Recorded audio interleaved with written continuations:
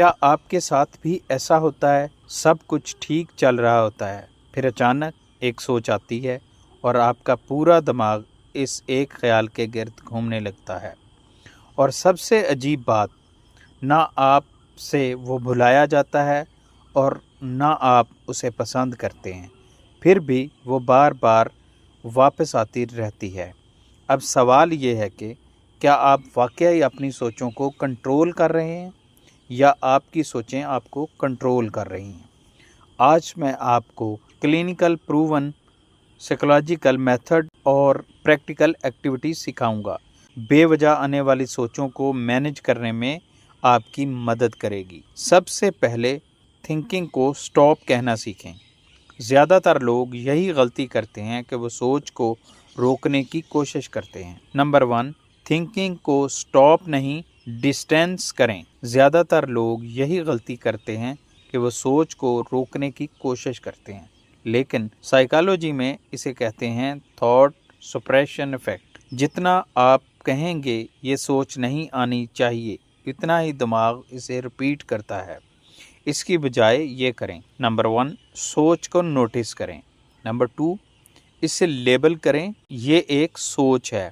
اور نمبر 3، پھر اٹینشن واپس اپنے کام پر لے جائیں۔ یہی ڈیفرنس کنٹرول اور ری ایکشن کے درمیان ہوتا ہے۔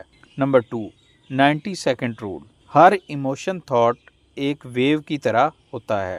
اگر آپ اسے فیڈ نہ کریں، صرف آبزرو کریں، تو یہ تقریباً 60 سے 90 سیکنڈ میں نیچرلی ویک ہونا شروع ہو جاتا ہے۔ اصل مسئلہ سوچ نہیں، اس کے ساتھ ہماری کنٹینیوس انگیجمنٹ ہے۔ Number 3، attention is power.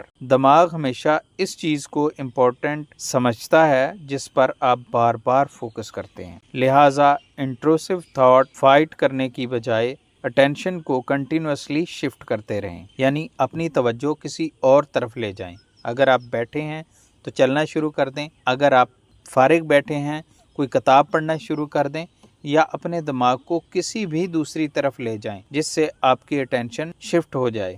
اور اگر یہ سب کچھ نہیں ہو رہا تو صرف 2 منٹ کی یہ ایکسرسائز کریں۔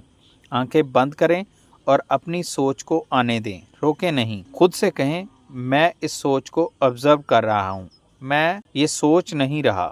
اب فوراً اٹینشن باہر لے جائیں۔ 5 چیزیں دیکھیں، 4 چیزیں محسوس کریں، 3 آوازیں سنیں، 2 خوشبوئیں نوٹ کریں، 1 اپنی سانس کو آبزرو کریں۔ یہ ٹیکنیک دماغ کو تھاٹ لوپ سے نکال کر پریزنٹ ریالٹی میں واپس لاتی ہے۔ یاد رکھیں، دماغ ایک جنریٹر ہے، ٹروتھ کریٹر نہیں۔